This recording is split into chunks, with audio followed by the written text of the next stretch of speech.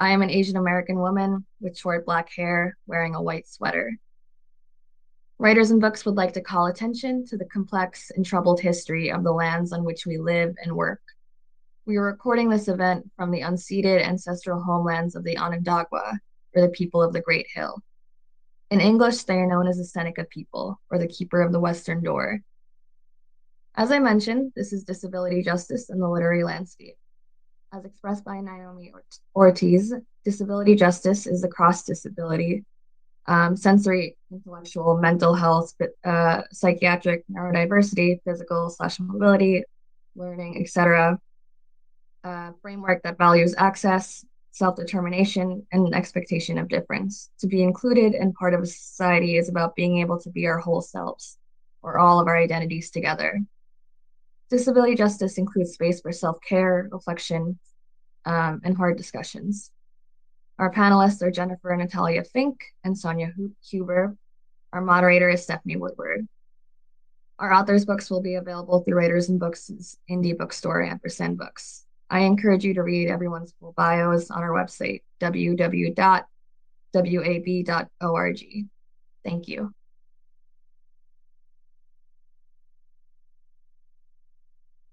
Hello, my name is Stephanie Woodward. I'm proud to be here moderating today. I am a very pale woman in her mid-30s with curly reddish hair. Behind me is a sign that says Disability Empower Her Network with a logo of two mountains intertwined in a horizon going above. And I am excited to start with readings. And I believe we're going to be starting with Jennifer. So Jennifer, take it away. Yay, thank you so much, Stephanie, Sonia, and Sashi. I am a white woman, middle-aged, wearing with black hair, curly hair in a bun with one curl in front and with a bright red hat, which is a fedora, and a bright red shirt and bright red lipstick. Lots of red today. And I am going to be reading a short excerpt from my book, All Our Families, Disability Lineage, and the Future of Kinship, which I am holding up right now. If you read the book and you want to contact me, you can find me on the Georgetown University website. And I don't love hate mail, but I love engagement from readers. So feel free to engage me.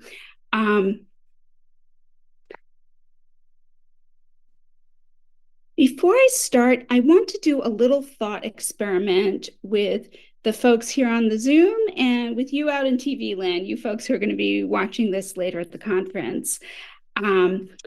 Imagine for a second your family, however you define your family, your immediate family, whatever that means to you. And think about who in your immediate family might you, not them necessarily, consider to have a disability of any sort by whatever your definitions, plural, of disability might be. Just think about that for a second. What names come to mind? Who do you know in your own family as you define it right now? And I want you to think a little farther back and a little sideways to previous generations, grandparents, even great-grandparents, aunts, uncles, extended family to the sort of east, west, north, and south, sideways to cousins, aunts, uncles, second cousins, the aunt who's not really an aunt, but is just your mom's best friend, all those folks, and a little bit further back, maybe to grandparents, maybe people you didn't even meet, people who've passed, but you heard stories about. Who amongst them would you consider disabled by whatever definitions you're using? And then just think even farther back, as far back as your lineage, your known lineage goes. What stories do you know? For example, my great grandmother, who I never met, who actually died before my mother was born, I know never learned to read. And I don't know why, but I suspect there was a disability because everybody else in her family was literate. And that is the only thing I know about her.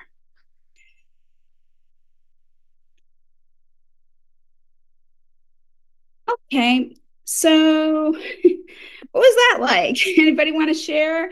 Um, has anyone ever asked you this question before? Have you ever thought about this that far back, that far sideways before? Any thoughts? Well, I'll share. Yeah, this was really fascinating. I definitely, like uh of the folks I know, like a surprisingly high number. So yeah, in every direction. Yeah. So it was sort of a nice experience, especially having already got a chance to read your book to see where you're going. That was really cool. Cool, cool. Yeah, sometimes people are surprised how many people there are. Were there any who you were like, I don't know, like with my great grandmother, but maybe that story leads to a disability? Do you have any like life secrets and silences like that? Yeah, yeah, I think we all do. Anyone else want to share? Or even just Uh, what it's like to be asked? yeah, I guess similar to Sonia, I would say there are a lot of folks that I'm thinking about when after you asked that question or these questions. Um, and it was very helpful to be asked these questions because it's not something that I've thought about a lot. And I think, um, especially when thinking about my family and the generations that came before me, these things weren't talked about. It felt like they couldn't be talked about a lot. Um, and we've never really been able to have these conversations. So I appreciate you asking me that because it just gave me a lot to think Yeah. about.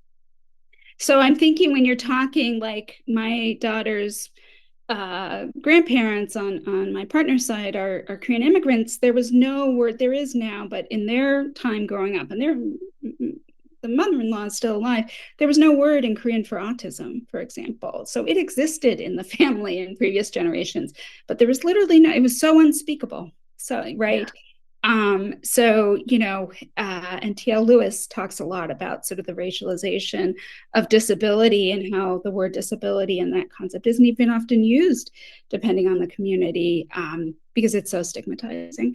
So, yeah, thinking about the unnameable in our family often does lead us to disability. Any other thoughts anyone wanted to share? I'm always fascinated when we talk about lineage and disability because in my family, I'm known as the disabled person because I'm a wheelchair user.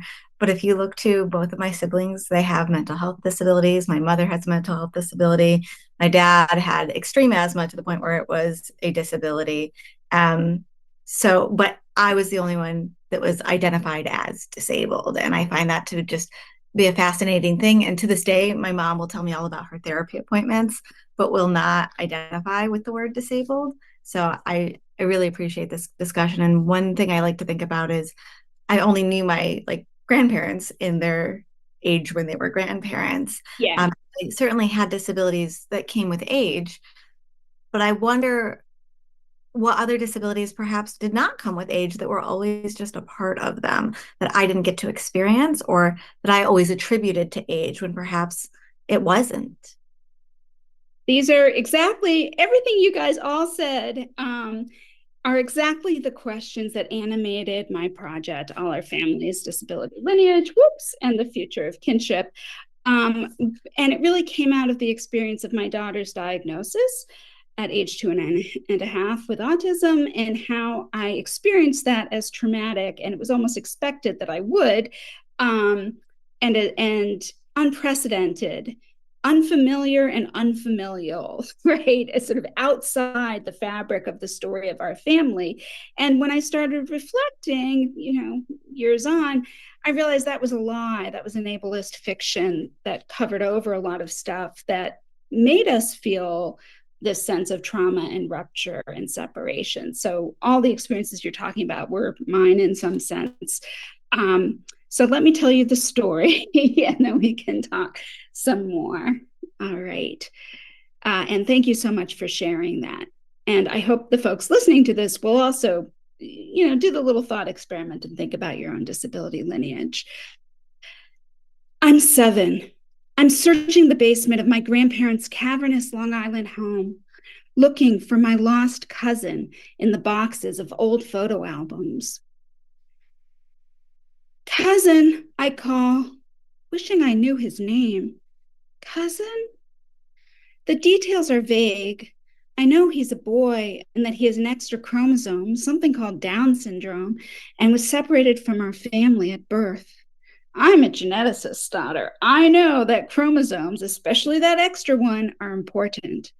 I want to know where he is, who he is, but he is never more than a whisper, a ghost in the family fiction of happiness and health, nameless except for the name I give him, Cousin XY. Some 3 decades later, on a spectacularly sunny autumn day, I struggled to make sense of the sheet of paper in my hands, my 2-year-old daughter's diagnosis, a bunch of numbers with decimal points, followed by a single damning word, autism. I felt like the world had stopped, and yet it turned. I looked into her sparkling eyes, wondering how to make sense of us. I felt we had been marked, labeled, our family sorted into the not normal category. This all seemed unprecedented, without context, without lineage. But of course, it wasn't. We did have a lineage of disability in our family. Given that roughly 1 in 4 adults have a disability of some kind, all our families include disabled ancestors. Disability is a part of every family story, but we have to know of our disabled kin to claim them. Think about it. We can now learn about our racial and ethnic heritage simply by spitting into a vial. Millions of people have done so in order to take ownership of their identities. And per Stephanie's point, that's really what this is about, taking ownership of our identities. When it comes to disability, though, the tools of genetic testing are often used only to eradicate and pathologize, not to map and connect. And they are inadequate to the task because the vast majority of disabilities are acquired over time, over a life. About 5% of children in the United States have a disability. Among Americans 65 and older, that number leaps to about 40%, almost half. So we need more than genetic evidence. We need narrative evidence as well. Our disability lineages can only be reclaimed through the stories we uncover. This means conceiving of disability as an identity, like being queer, rather than reducing it to a medical condition. LGBTQ plus people, such as myself, you could tell by the hat, who in the closeted past had no queer family members to look to as models, can now proudly find and claim their queer lineage, reclaiming and retelling family narratives to include their queer ancestors. Despite this progress, disability remains stigmatized. Disabled forebears often remain in the shadows, viewed with shame, not pride, without ancestry, family history, or lineage. Inconceivable. After my daughter's diagnosis, I began reclaiming my disabled kin. I discovered, along with cousin XY, I had a distant relative with Down syndrome in the UK who had been integrated into her family life. Her name was Rona, Hebrew for joy. I learned about her joyous Jewish life. Her parents helped found a cutting-edge care facility, Costgrove Care. I visited Costgrove and learned more about Rona. Claiming my disabled relative transformed how I thought and felt about my daughter's disability. Finding disability lineage can mean learning to listen, to hear the untold story in euphemisms, silences, and gaps, just like some of that came up when we were thinking about our own family disability lineages, right? To read between the family lines. It means looking at those old photos and noting the variety of bodies and minds you see, and also those you don't see. It meant seeing my daughter in a picture of Rona from 50 years ago. For her bat mitzvah, my daughter chose a blingy purple plaid dress with metallic pink accents. Only when I was looking at the bat mitzvah photos afterward did I notice how Nadia's woven plaid echoed Rona's taffeta. Same pattern, same confidence. Reclaiming our disability lineage also means rethinking fundamentally what a disability is, its meaning and value. I had never thought of my grandma Adina as disabled. I just knew that she adored me, dance in any form, and social justice, possibly in that order. Grandma Adina was also extremely hard of hearing, yet I never thought of her as part of my family's rich disability lineage. Nor did I let, as Jewish tradition enjoins, her disabled memory be a blessing for my daughter. Shame and stigma about disability are so great that I had internalized them, never acknowledging that my dynamic dancing grandma was disabled. So, okay, we need to minimize the challenges of impairment in order to value the gifts they give us. My grandmother was so frustrated by her inability to hear. She hated having to yell, "What?" And we hated repeating ourselves. But nonetheless, she was actually the best listener I've ever known. But her hearing loss helped shape her extraordinary capacity for paying attention to me. In disability culture, this is called disability gain, the surprising benefits that an impairment can reap. So don't worry, this isn't about transcending one's disability or being a super crip. Disability justice activists like Stacey Milburn yearn for crip ancestries, the stories and wisdom of disabled elders. If we share our disabled family stories, we might actually just find such ancestors right in our own families. One of the key goals of the disability justice movement is recognizing wholeness, defined on the Sins Invalid website statement of principles as, quote, people have inherent worth outside of commodity relations and capitalist notions of productivity. Each person is full of history and life experience, end quote. Each family is also full of disability history and life experience. How can we recognize our wholeness when our disability lineages have been sundered, repressed, denied? That's why naming and claiming our disability lineage is so crucial. I've found that by sharing my daughter's journey, my friends and family, our kin, are more inclined to share theirs and to get curious about their disability lineage. Nadia shares her experiences in her poems and stories so that future generations can understand themselves as part of a larger tapestry. And here I'm quoting Natalya Fink, my daughter. Quote, listening to the voices of disabled youth is like turning up the sound of a low drum, submerged and ignored, that was always there, shaping the rhythm of the song, she writes. Quote, sharing my writing is the means I have of foredrumming, helping to shape the common understandings and misunderstandings about non-speaking people, end quote. Not all disability lineages are recoverable. Some are lost, erased, but the act of lineating, of researching and creating a living disability lineage can itself be healing. I pray to my deaf grandmother and remember all our disabled grandmothers. A sense of belonging to a greater story is integral to all humans, right? Disability is a central part of that story, that mix of myth and fact, which makes up our family lineages. In imagining a future in which I will certainly be disabled if I am lucky enough to live so long, I have my deaf grandmother to guide me.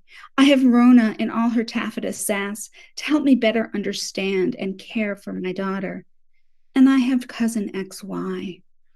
In my dreams, he plays with my daughter in my grandfather's house.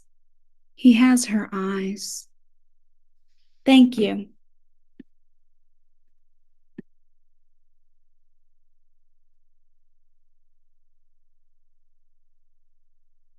Wow, that was a lot, but in a good way. And I can't wait to start unpacking that. I would jump in right now, but I also am really excited to hear Sonia read for us as well, and then get into this discussion because I've already got my questions lined up. Awesome. Gosh, I was just sitting here nodding to so much that Jennifer was reading. So I'm excited for this conversation. I'm Sonia Huber. I am a femme appearing person with shoulder length dark hair, red glasses, olive skin, and a blue flannel. And I am going to read a little bit, the opening piece from my book, Pain Woman Takes Your Keys, and other essays from a nervous system. And it's an experimental essay collection with essays in many different forms. And so what I'm going to read is called What Pain Wants. And it sort of sounds like a poem and it looks like a poem on the page. And so it's sort of a very internal experience of chronic pain, which for me started when I was about, I would say, gosh, 12 or 13 years ago now. Um, and yeah, thinking of disability lineage, I am definitely not the first person in my extended family to deal with this or other disabilities. So this is what pain wants. Pain wants you to put in earplugs because sounds are grating. Pain has something urgent to tell you, but forgets over and over again what it was.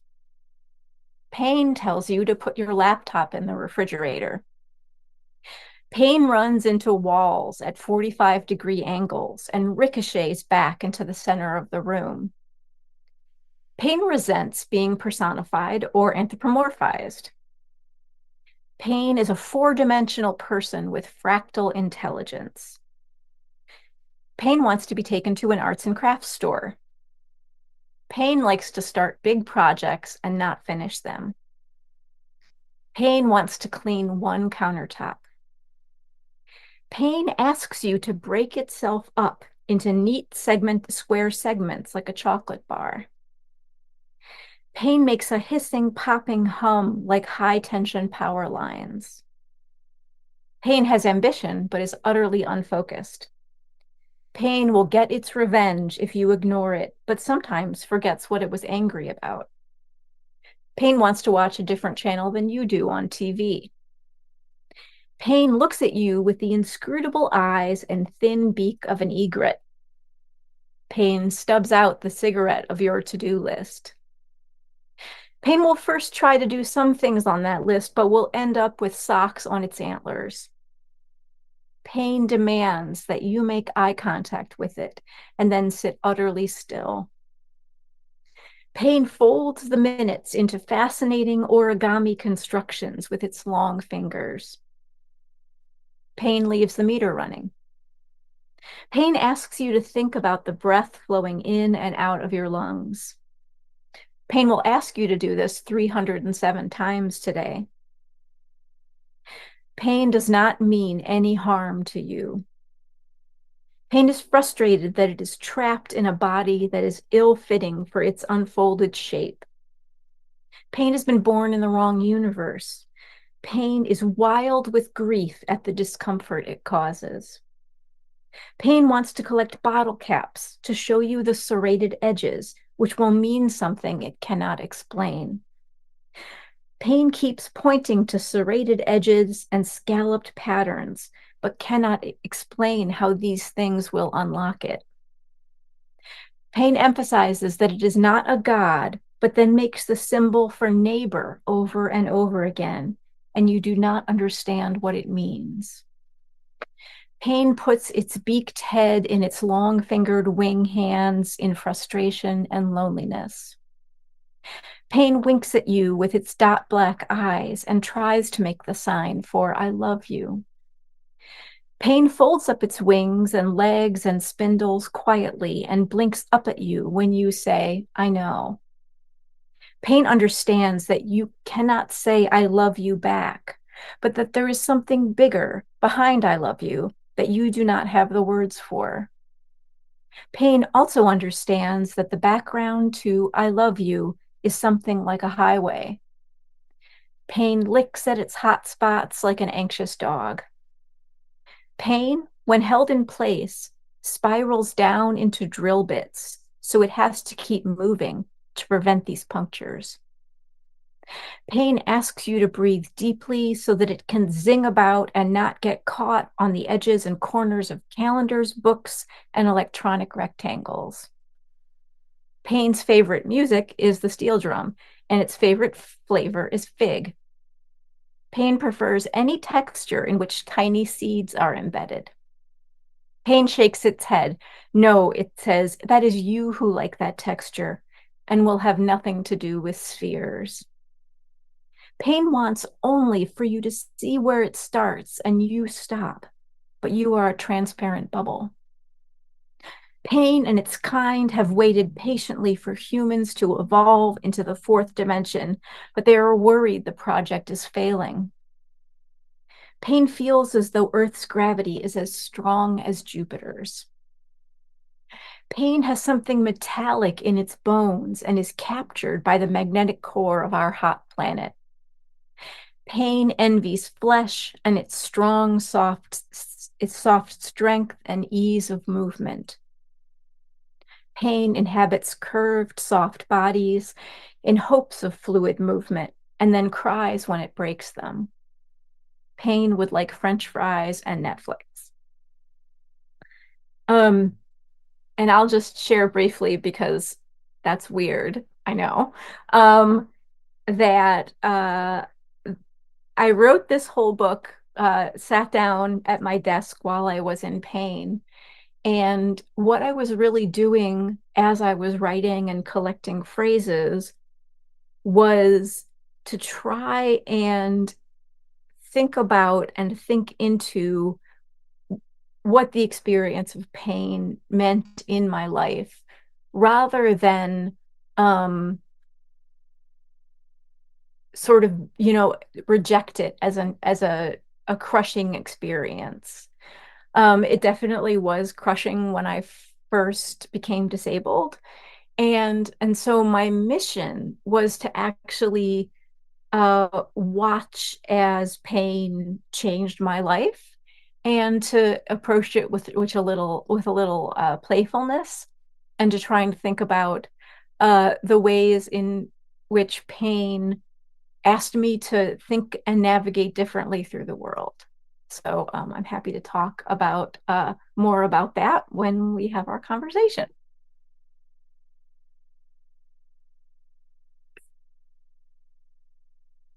Wow, we even have more to unfold now, and I'm so excited to chat with both of you. I wanted to start with what I think is a great question to go with this theme of disability justice, in that how did the principles of disability justice impact you in your personal life and also impact your written work?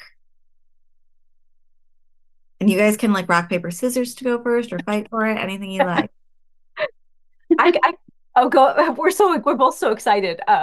I'll just start by saying that when I first ran into the concepts of disability justice, it was the thing that helped me navigate the beginning part of my experience of disability. And part of what it has done for me is to make me it takes off the veil of ableism that forces us to evaluate bodies and minds, and instead allows me just to really be in my life without worrying about the stigma, although it's still there in the outside world.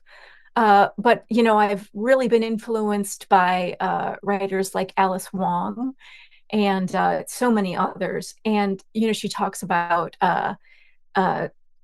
crip brilliance, and so to begin to be encouraged to think about disability as having very important insights for all of humanity is such an important and motivating idea for me. Yeah, I that was beautifully said, Sonia. I can echo a lot of that in my own experience. I think getting out of the business of creating hierarchies of bodies and minds benefits everybody. And I kind of knew something about this from my experience as a queer person, right? Getting out of heteronormativity. But I think the concepts of disability gain coming from the disability justice movement were really powerful for me and gave a language to something I was experiencing with my daughter, that she's not magical. She doesn't have to be a super crip to earn her right to exist on this planet, but she is a particular person, and her particular gifts, and we all have them, not just disabled people, right?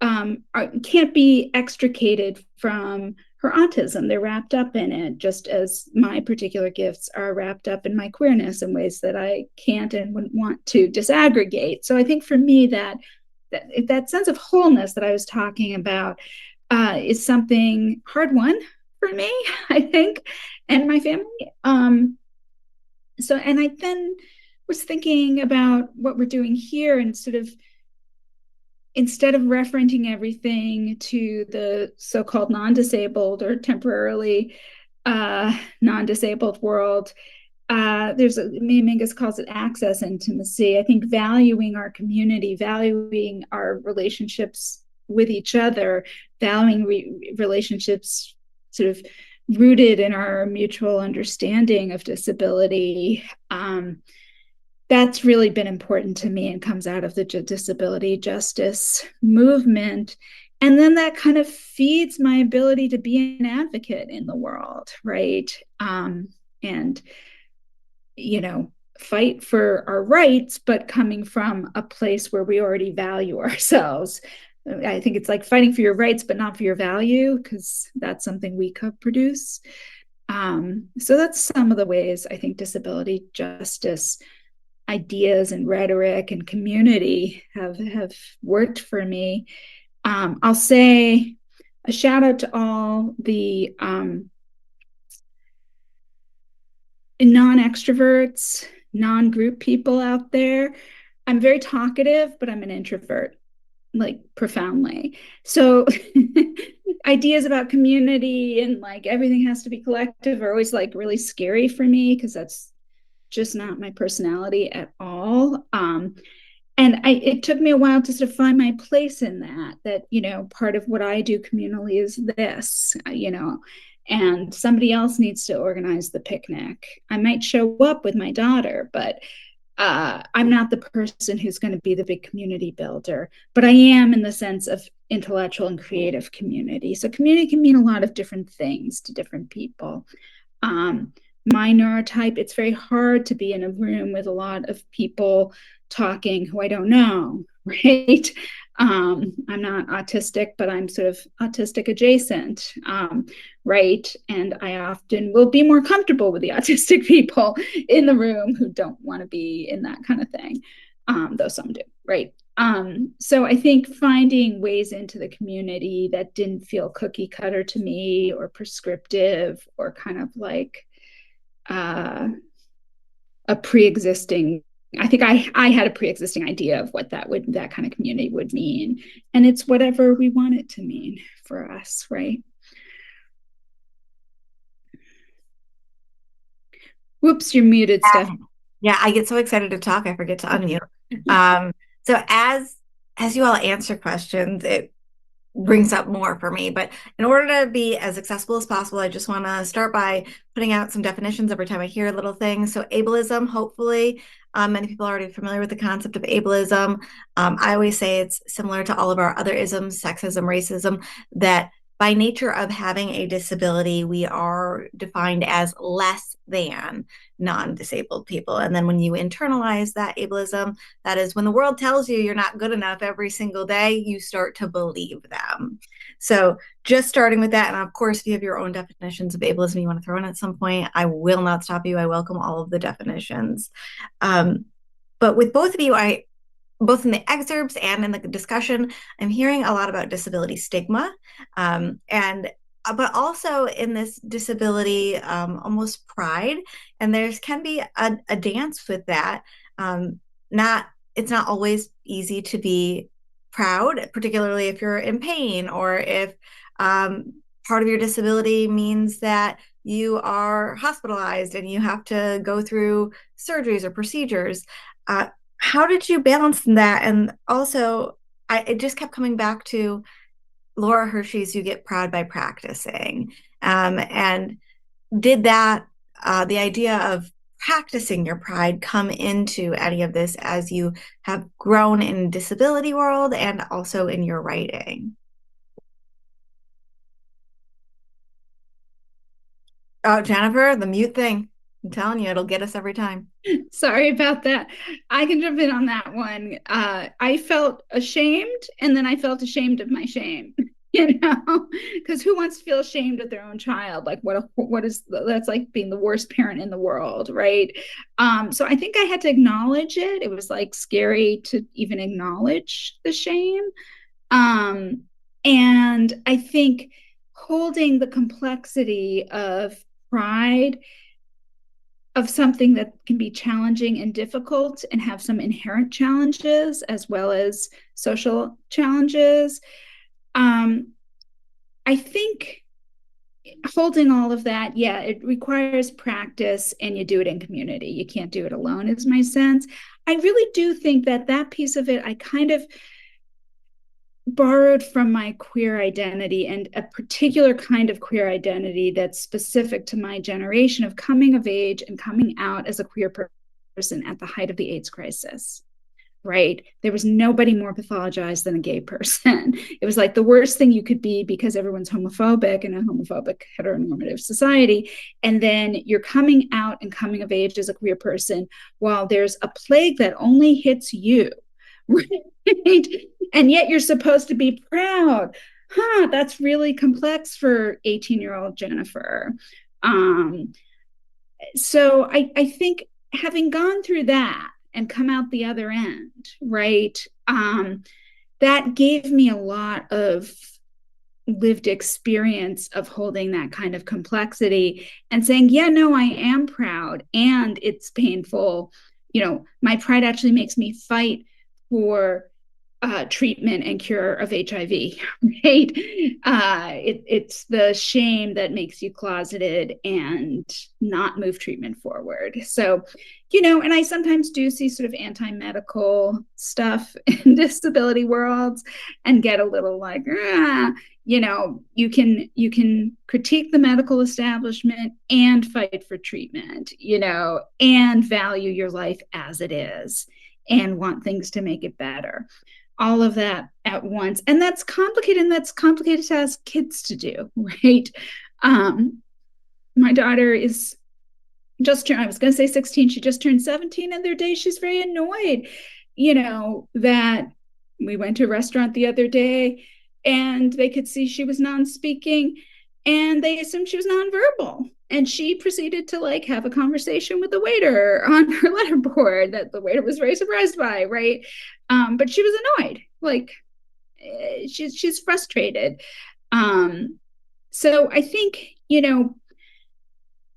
holding all of the complexity of it is actually a way into pride, is what I think, and that it's maybe the only way in, if that makes sense for me, at least. Definitely. Yeah, I'll just, the pride also came very slowly for me, partially because I had to first sort of like learn about ableism and disability. I had been, and also like, I had been an activist for a range of causes, but it was also such a disjuncture to see how disability wasn't considered on par with other social justice issues, like outside of the disability justice movement. And so, yeah, I felt, sort of behind, had a lot of reading to do, grappled with a lot of stuff. And then, but yeah, like I think, my disability lineage definitely also includes all these intellectual mentors and writers who were sort of like laying out the map for me to follow, which was so amazing. Um, and then I sort of noticed, I think the stigma came from, I think, what people sometimes, sort of they feel sympathy, especially for chronic pain, right?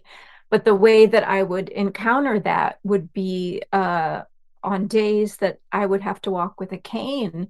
I would sort of see people's whole physical bodies react like, oh no, sort of this very physical, like recoiling, and also, and then I think a lot of visibly disabled folks have had this experience of someone saying and meaning to be sympathetic, saying, oh my gosh, I just couldn't live with that. I would die, and I think that's one of those moments where it sort of pushes you to develop, with help, uh, another way of seeing the world. Because no, my life is wonderful. It's not, a life that no one would have wished on them, even with the pain.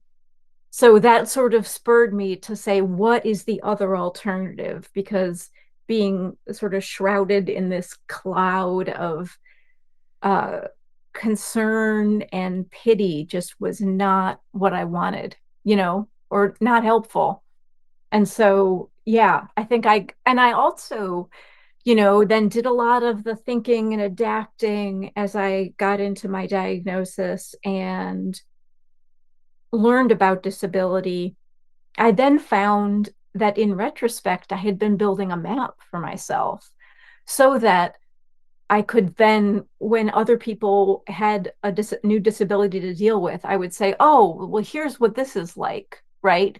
Here's what the first couple of years is like. And then this happens. And then later, when I got long COVID in 2020, there was that sense of like, this is scary, but I know the general terrain. And so the idea of having that experience as a way to help build the ground for others. And so that disability itself provides, um, builds knowledge so that, and then that extends into like a method for community care. And, that has made me proud, very proud to be a disabled person who can encourage others. And it just makes me proud of all of the writing and art and accumulated wisdom of our movements. So, with all of this discussion of stigma and let's say some sprinklings of comments that people like to make that are not particularly helpful or complimentary whatsoever, it definitely brings me to this overcoming narrative, which is the idea that disabled people cannot be happy, we cannot be successful unless we have overcome our disabilities. An example of that is I am a very proud disabled woman. I'm a proud wheelchair user. And the amount of people who are like, can't believe you overcame your disability and became a lawyer. And I was like, my disability was with me the entire time. I didn't overcome it. It actually propelled me forward to become a disability rights lawyer. Like without the disability, I probably would not have chosen this particular niche field. So I want to talk to you about what that overcoming narrative means to you and what other narratives you would like to see people become more familiar with and be more normalized. That's yeah. So I can jump in just first to share that uh, pain has taught me sort of a new way to think and not just about pain. So the fact that I need to take multiple breaks during the day means that often I'm completely not overcoming pain. Actually, what that poem that I read kind of evokes for me is that, like the idea of trying to go to war with your own body. I found that I could never win, and that it set up a sort of spiral of self-hatred to sort of the whole overcoming narrative for me just makes me feel as though what I'm overcoming is my own life, and I don't want that, right? And so the alternative for me to live into my life is to understand, okay, this is sort of the set rules and conditions, but I can understand how to operate within it. And then, so students will often find me laying on my floor in my office between classes. And that's actually that ability to take multiple breaks during a day and to really listen to the state of my own body means that I have to orient both my own life and my attention to others more towards self-care and rest. And so yeah, that's for me an alternative narrative is really understanding sort of the language of what body I'm embedded in. And then so I guess I would posit sort of like a narrative of paying attention and then learning the language. Yeah. That's really profound, Sonia. The paying attention. I always say art is paying attention. So there's sort of an art to that. I was thinking of two sort of counter narratives. Where I hear the overcoming narrative a lot with my daughter is either she's not really a person because she's non-speaking, and the fact that she doesn't speak means she's, really just dehumanized, not a human at all. So the solution would be to overcome it, right? And often in the world, we find people who either see her as not a human or someone who's about to be a human as soon as she attains speech, which she will never, right? And what they miss is that she's able to communicate. She's highly verbal, actually. So the overcoming narrative makes you miss what's actually possible. And what's actually possible for her is being highly verbal, better at math than me, fully human in a different way. You miss difference when you're saying, you're not a human if you're in pain. Your pain is unacceptable to me. Your non-speaking is unacceptable to me, the ableist person. Your wheelchair use is so you need to become this other person who you're not, who you're never going to be. And what we miss is who you are and what the possibilities for you are. And I think, it took a lot of courage for my daughter to insist in a way on rejecting that from the school system, from the ableist world. But I think for all of us, rejecting the normative, the idea that there's this, in disability studies, they call it the normate, this ideal person. I always compare it to the joke my dad, the slightly off color jaw, it's not that bad, don't worry, joke my dad would tell about the whenever we wanted to pet the ideal dog, never eats, never drinks, never barks, and shits diamonds, right? That's the normate. That's none of us. That's not a human being, right? We're all going to be sick. We're all going to be dependent. We all need stuff. If you live long enough, trust me, I'm 57. It might not be culturally understood as a disability, but every single human's body changes and function changes over a lifetime. Cognitive, physical, mental, that's reality, that's being human. So ironically or paradoxically, really, the most inhumane, dehumanized position is that of the normie, because it's really it's an impossible position. But we inflict that on people whose bodies and minds make us nervous about our own, basically, is what I think. And how do we stop doing that? And what opens up? The other places in my teaching has changed profoundly since I started engaging with disability culture and disability studies and thinking really radically differently, not only in my disability studies classes, about things like deadlines, a term from the Civil War, which meant if you crossed a line, you were shot dead. It was a line. I don't want my classroom to be the Civil War. I don't want to be a Civil War reenactor. And I was always someone who was like, I'm helping them by teaching them what deadlines are, and they're going to need that in life. And, And if you have a problem, find a solution, blah, blah, blah, blah, blah. And I realized how ableist and crushing that was, not just to students with disabilities, but to every single student. Every single student was being forced to operate on these very false deadlines that created false anxiety. I used to always have, like, a paper would be due on Monday, and then you get, marks down each day. I'd like these elaborate systems, and I spent all this energy then negotiating them because they were so inflexible. After thinking differently about all bodies and minds, excuse me, I was like, I never correct these things until the weekend.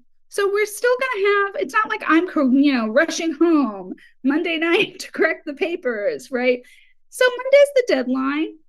We're going to flex it out till Friday without a conversation. It's so much less work for me. Ableism was causing me more work, not flexibility, not meeting the needs of my students' individual body minds. That's less work if I make it flexible. And then I say, if by Friday it doesn't happen, let's have a conversation, and we might need to bring your dean in to figure out a solution, but there will be a solution that is not failure. I'm committed to you and making a solution. I spend so much, it was so demoralizing, putting me in this cop position. Students would, I think the breaking point for me was a student had been in the emergency room with his little sister who'd been in a car accident, like something really, and he had felt compelled to take pictures of his sister in the middle of, recovering this accident and send them to me to prove why he had to hand his paper in late. It's like, this is nuts. This makes no sense, this system, right? He shouldn't be doing that. I shouldn't be demanding this in some way. So my long-winded point is that there's kind of a sea change in my own thinking about things that don't seem to be about disability, that's really rooted in rejecting the overcoming narrative, right? I don't think students need to overcome anything to learn how to be writers and thinkers and workers and all kinds of things in the world, right? It is actually less work and less stress for me to do it this flexible way, which doesn't mean there are no boundaries, right? I couldn't have conceived of this way of thinking until I rejected a certain kind, surfaced and then rejected a certain kind of ableism and overcoming narrative in my own mind. I love what both of you had to say about this. I think that the overcoming narrative can generate probably an entire week's worth of discussion, and that's only if there's three of us in the discussion. So keeping it limited is difficult, but I think that you both did so very eloquently. I have more questions, but I also recognize we're on a time limit, so I'm going to try to prioritize. I have a question for each of you individually now. Jennifer, I'd love to start with you and talk about, how does disability lineage connect with the ideas of chosen family and mutual aid and things like that? Yeah, I mean, in some way, I couldn't have come to this concept of disability lineage. We all have disability in our families and our lineage, and they've been repressed, cut off, denied, euphemized, euthanized, all the I's, right? I couldn't have come to that really without ideas about kinship and social justice coming from the disability justice movement. I think, on the other hand, this is going to sound critical, but it's less critical than it sounds. Well, now I'm digging my own grave here. What I noticed when I was first engaging with the disability justice movement was that there was a yearning for disability lineage, but an assumption that it didn't exist, and it either had to be like in Stacey Milburn Park's concept, she's like imagining sort of spiritual ancestors because she imagines there weren't real ones, right? And I thought, but there were there were real ones. Even if you can't find them, even if you can locate them, I think there's something important in saying these aren't phantasms. There were real people in my individual family, both defined by bloodline and not. What if you're adopted? What if you're the product of donated sperm, for example? What if, there are all kinds of ways that you might not have access to anything but about the literal bloodline, but you have a family and kin who aren't necessarily blood relatives, and somewhere you do have some blood connections, even if you never know who they are. And I think imagining that they exist, that there were disabled people, both with your own disability and others, in your bloodline, in your non-bloodline family, which is a queer notion of kinship that's important to me, right? Your chosen family, that these people existed. But this is different from just saying, I'm going to have a chosen family and I'm going to have these phantasmatic ancestral, guides. There's something about being literal about it and material about it that I think matters. There's something upsetting to me about the idea that you're all alone and nobody existed before you in your family with a disability. I think that's pernicious. It's part of our internal ableism, and it echoes for me what I grew up with. I'm an old of there are no queer people until 1989.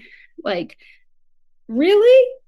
Queer people existed and they were in my family. Maybe they couldn't be out, maybe they didn't have the same language, but there were people who were trans, there were people with same-sex relationships, whatever their understanding of same and sex were, right? And I know that in my bones now, but that was denied me. And I think similarly, that's been denied disabled people. So while the idea of the chosen family sort of displacing the family of origin, I think both matter, right? And both contain disabled people. And it's important to sort of redefine, to not oppose the family of origin, to sort of demand more of it in a way, both its inclusion of us, right?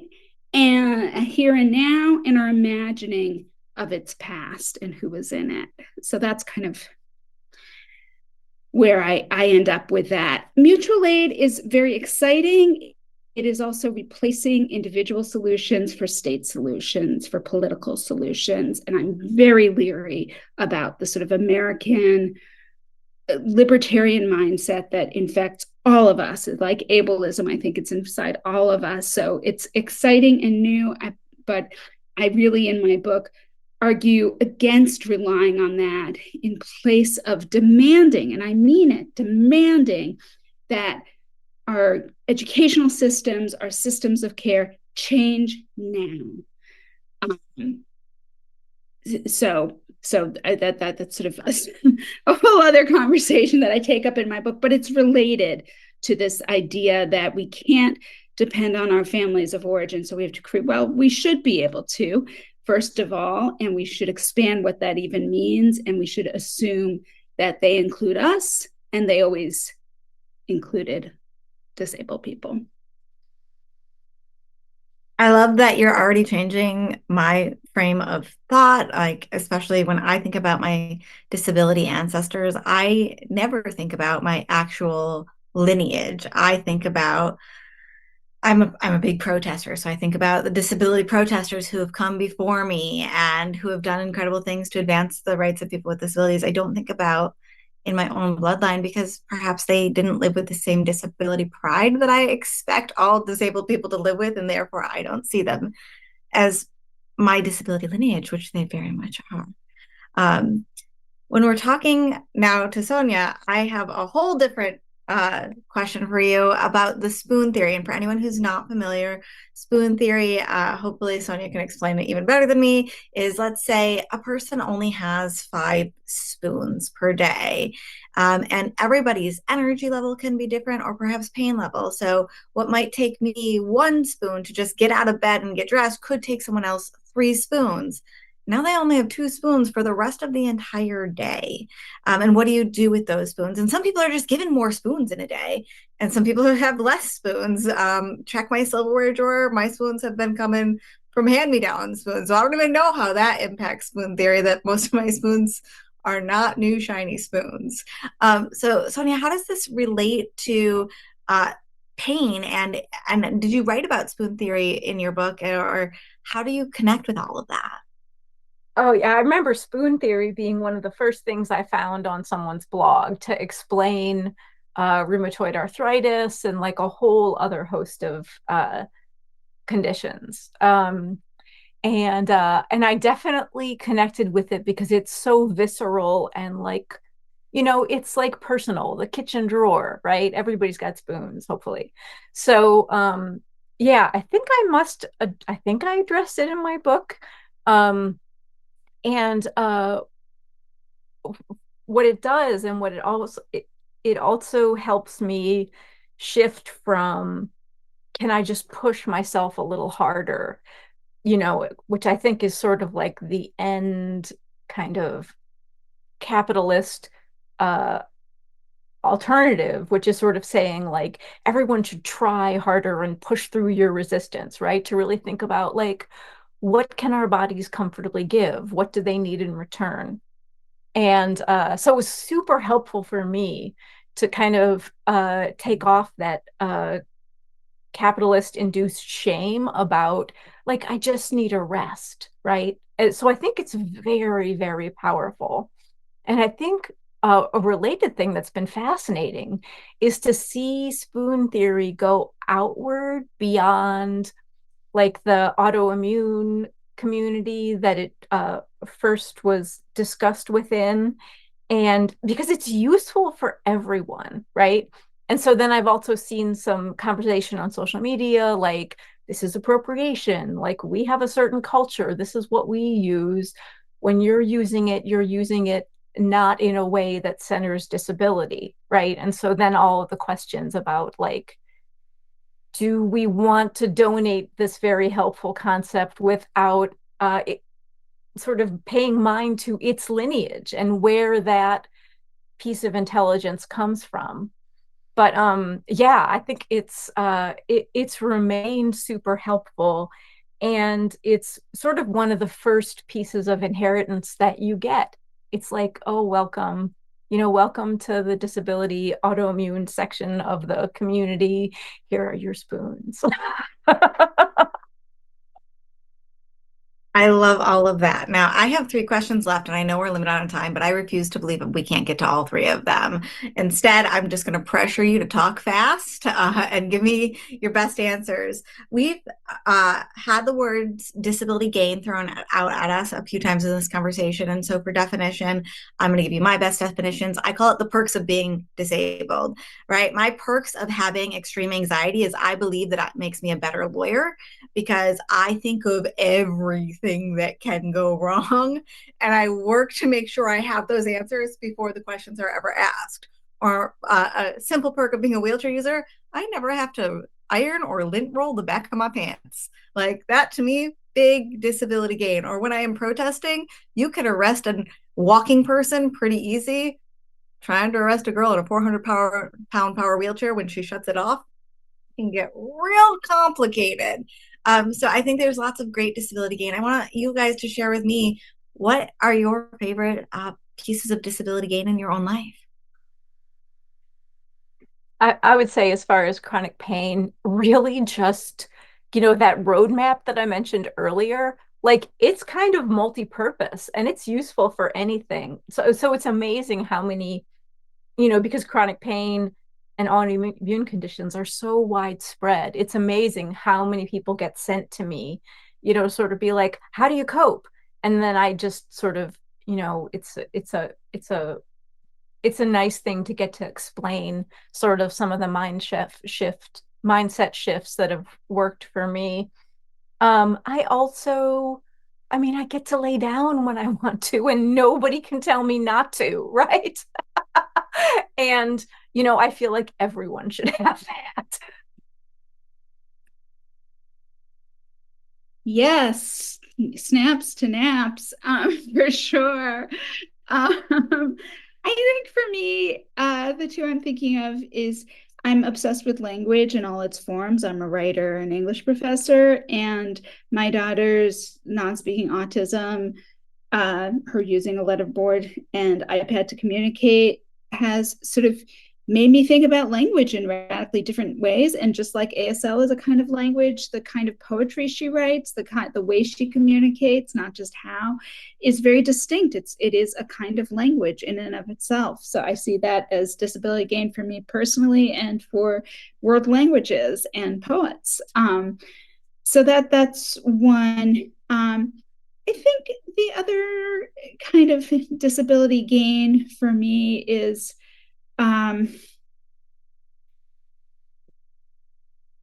it's coming up now in an interesting way that my daughter's turning 17, and it's like time for parents to brag about what college their kid is going to, or apologize and say they still have value, no really, or dump on their kid, publicly, which is shocking, but happens.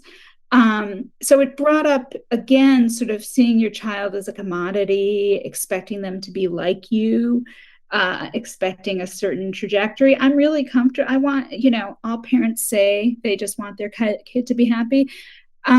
It's my daughter's life is going to have a different shape to it than a neurotypical kid. And, like, since age 2.5, I've been wrapping my mind around that, and I'm really comfortable and happy about that. So, which doesn't mean I'm not ambitious for her. She's ambitious for herself, right? But I think I saved her and me some grief in the parenting by not having that kind of projection, and really wanting her to do whatever makes her happy in her life, including things that are competitive and ambitious, and including things that look different from the norm, right? So that to me is sort of a disability parenting gain.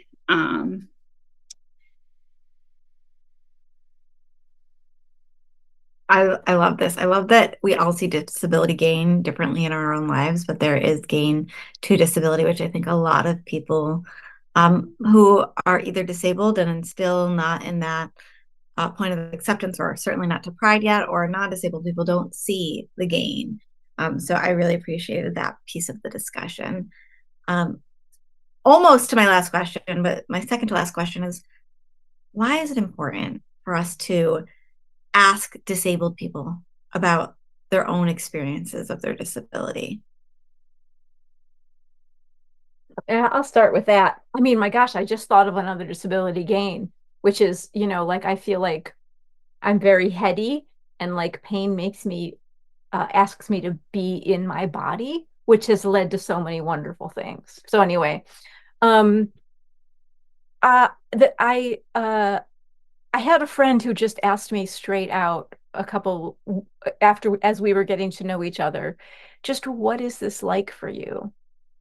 And then it shocked me because I had never really talked about that with anyone. Like I'd never been asked that. And so I think that these kind of questions, rather than the assumptions about chronic pain as being like, buried with an anvil that falls from the sky and your life is extinguished, that curiosity and willingness to sort of center the disabled person, to understand that there are different ways of being in the world, I think is the antidote to a lot of the the ableist narratives. And it leaves us, I think, with just a much wider approach that is useful for people, like what's it like to be So yeah, I just my friend really gave me the insight of that question because I thought it was so beautiful. Yeah, that's really beautiful. I think there is just a kind of subjective versus, subjectivity versus objectivity kind of issue in it, as there is for any minoritized group.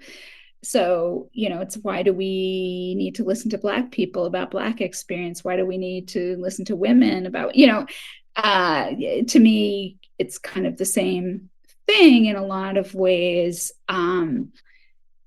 However, I think there is something about embodiment and enmindment and the almost unrepresentable nature of that is particular to disability.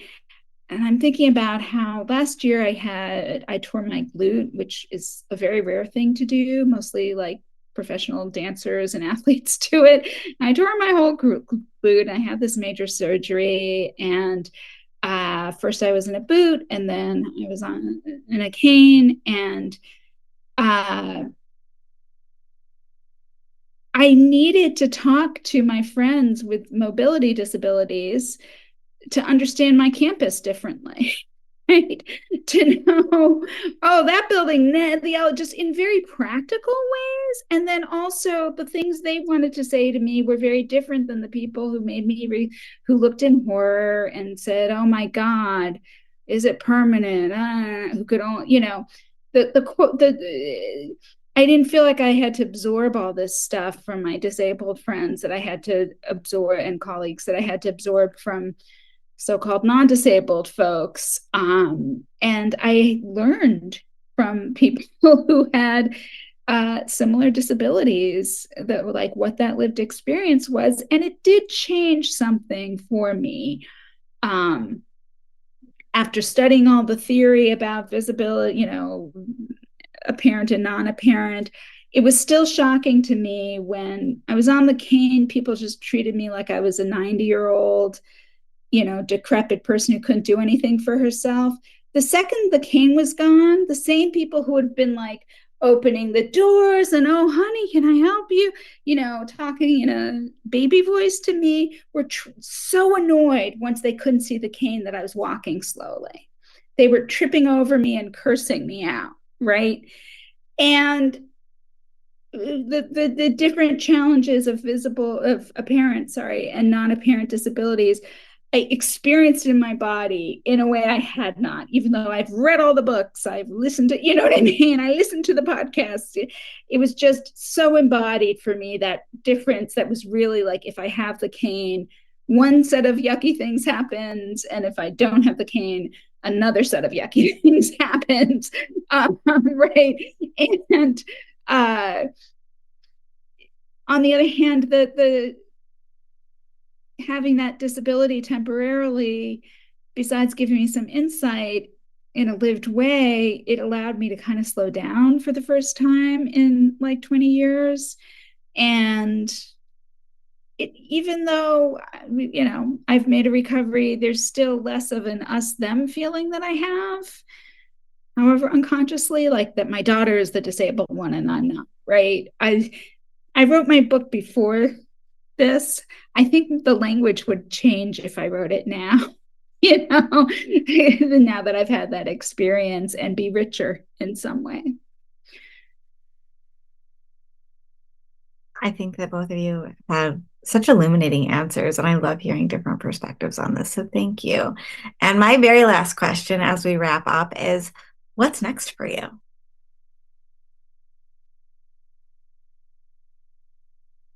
Don't be shy. Well, I can jump in. Well, I'm working on a book. I'm finished a novel that hopefully will be out in the world, which is kind of how to being in love and making love as the world disintegrates around us. Love in the Apocalypse. Called A Mischief, which is a collection of rats. So, and like Margaret Atwood's book, the rats are sort of the central characters. Every fact about what the rats are doing to us and how they're sort of the rats are the real canaries in the mine of climate change is true. So it's speculative, but all that stuff's true, as in A Handmaid's Tale, right?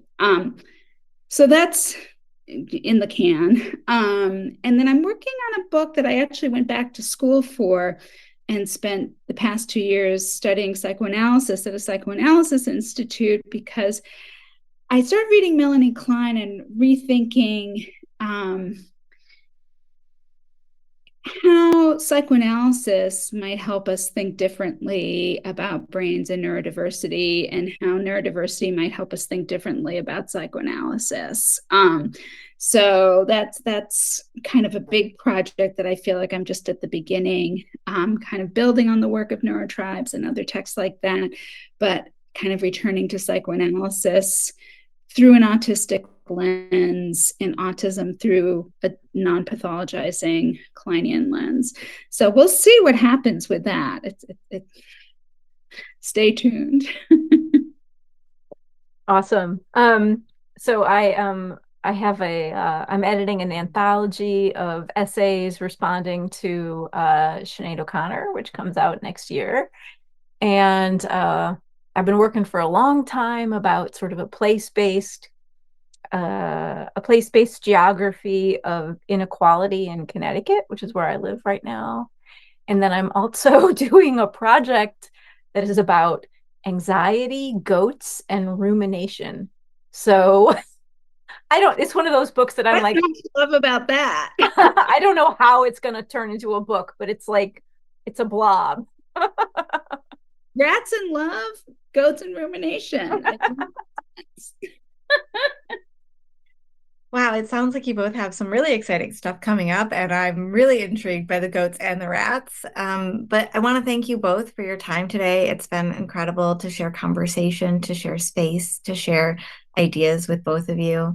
Thank you so much for joining us. And thanks for everyone who's watching. And I hope that you hit up both of their inboxes very soon. Awesome. It's been a great conversation. Thank you so much, Stephanie, for helping the panel happen. Yeah, thank you so much. This was really stimulating. Thank you, Sonia. Thank you, Stephanie. Thank you, Writers and Books. Thank you, everybody. This was a great conversation, and I hope it stimulates some discussion and reading. Yeah. Thank you all so much. Thank you, Sonia, and thank you, Jennifer, for such beautiful readings. Thank you, Stephanie, for facilitating. And thank you really to all of you for such a memorable and generative conversation. That was amazing. As a reminder, our panelist books will be available through our bookstore. And yeah, thank you so much.